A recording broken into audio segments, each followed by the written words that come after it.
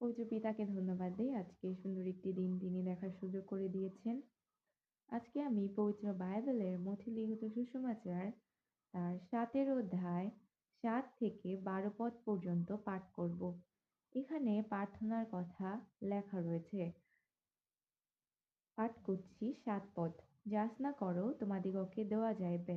আমাদের বলা হয়েছে আমরা যেন চাই, তাহলে দেওয়া যাবে। মানে প্রার্থনার মাধ্যমে আমরা যদি ঈশ্বরের কাছে কিছু চাই, তাহলে সেটা তিনি দেবেন। অন্বেষণ করো পাইবে। মানে খুঁজতে বলা হয়েছে। আমাদের যদি কিছু খোঁজার প্রয়োজন, সত্য জানার প্রয়োজন, অবশ্যই আমরা যেন প্রার্থনার মাধ্যমে খুঁজি এবং সেটা আমরা পাবো। দ্বারে আঘাত করো তোমাদের জন্য খুলিয়া দেওয়া যাইবে।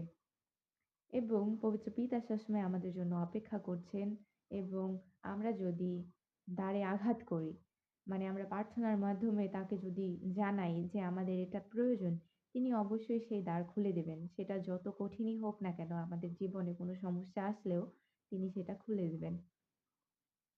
৮ পদে, কেননা যে কেহ যাচনা করে সে গ্রহণ করে। যে যাচনা করে মানে যে কিছু চায় সে তা পায় এবং যে অন্বেষণ করে সে পায়। মানে যে খোঁজে সেও সেটা পায়। কারণ এটা পবিত্র বাইবেল বলে। কেউ যদি খুঁজে সত্য সে সেটা খুঁজে পাবে। আর যে আঘাত করে তাহার জন্য খুলিয়া দেওয়া যাইবে।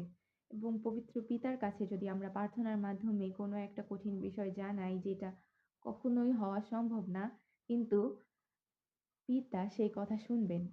যদি আমরা প্রার্থনার মাধ্যমে তার কাছে চাই এবং সে সেই কঠিন দ্বার খুলে দিবেন এবং আমাদের জীবন আরো সহজ করে দেবেন। ৯ পদে আছে, তোমাদের মধ্যে এমন লোক কে যে আপন পুত্র রুটি চাহিলে তাহাকে পাথর দিবে?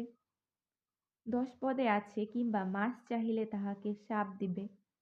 এখানে আমাদের পৃথিবীতে আমাদের যে পিতা রয়েছে তাদের কথা বলা হয়েছে বা মাতা রয়েছে তাদের কথা বলা হয়েছে যে যদি তার সন্তান রুটি চায় তাহলে কি কেউ তাকে পাথর দিবে? বা মাছ চাইলে কি তাকে শাপ দিবে? এটা তো কখনোই সম্ভব না। আমাদের বাবা-মার কাছে যদি আমরা রুটি চাই, তারা তো কখনোই পাথর দেবে না। অবশ্যই রুটি দিবে বা এর থেকে ভালো যদি কিছু থাকে তাহলে সেটা আমাদের দিবে। সেটাই এখানে বোঝানো হয়েছে। ১১ পদে আছে, অতএব তোমরা মন্দ হইয়াও যদি তোমাদের সন্তানদিগকে উত্তম উত্তম দ্রব্য দান করিতে জানো, তবে ইহা কত অধিক নিশ্চয় যে তোমাদের স্বর্গস্থ পিতা যাহারা তাহার কাছে যাচনা করে তাহাদিগকে উত্তম উত্তম দ্রব্য দান করিবেন। ১১ পদে এখানে বলা হয়েছে যে আমরা মানুষ, আমাদের ভিতরে মন্দতা আছে, আমাদের মধ্যে খারাপ চিন্তাভাবনা আছে, আমাদের ব্যবহার খারাপ হতে পারে। কিন্তু আমরা মন্দ হয়েও বা আমাদের বাবা-মা যদি খারাপও হয়, কিন্তু তারা চায় যে তাদের সন্তানদের বা আমাদের যেন ভালো, ভালো দ্রব্য আমাদের দিতে পারে, ভালো জিনিস আমাদের দিতে পারে।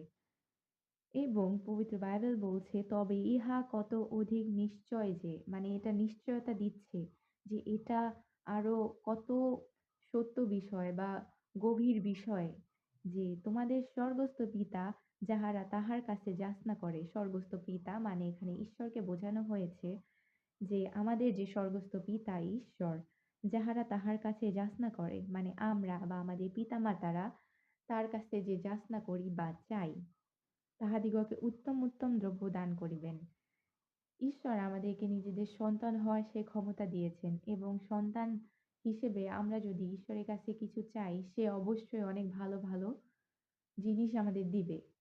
কারণ আমাদের যে জাগতিক পিতামাতা রয়েছে পৃথিবীতে তারা আমরা ভালো কিছু চাইলে আরো ভালো কিছু দেওয়ার চেষ্টা করে। তারা খারাপ হলেও আমাদের ভালো জিনিসটা দেয়। তাহলে যে আমাদের সৃষ্টি করেছেন, যে আমাদের পিতামাতাকে সৃষ্টি করেছেন ঈশ্বর, তিনি আমাদের কত ভালোবাসেন। তার কাছে চাইলে সে আরো কত ভালো জিনিসগুলোই না আমাদের দিবেন। ১২ পদে, অতএব সর্ববিষয়ে তোমরা যাহা যাহা ইচ্ছা করো যে, এখানে বলা হয়েছে সব বিষয়ে আমরা যা যা ইচ্ছা করি যে লোকে তোমাদের প্রতি করে, মানে অন্যরা আমাদের প্রতি করে, তোমরাও তাহাদের প্রতি সেইরূপ করিও। আমরা তো চাই যে লোকে আমাদের খারাপ না করুক। তাহলে আমরা কেন লোকের খারাপ করব? সেটাই এখানে বলা হয়েছে যে, আমরা যেটা চাই লোকের থেকে ভালো ব্যবহার, ভালো কথা বা ভালো আচরণ এগুলো আমরা লোকের থেকে চাই। আমরাও যেন লোকেদের সাথে সেরকমই ব্যবহার করি। পবিত্র বাইবেল সেই বিষয়ে আমাদের শিক্ষা দেয়। কেননা ইহাই ব্যবস্থার ও ভাববাদী গ্রন্থের সার। ব্যবস্থা মানে পবিত্র বাইবেলের কথা বলা হয়েছে যে ঈশ্বরের বাক্য তিনি পবিত্র বাইবেলে দিয়েছেন এবং ভাববাদী গ্রন্থ মানে পবিত্র বাইবেলের যে ভাববাদীরা প্রফেটরা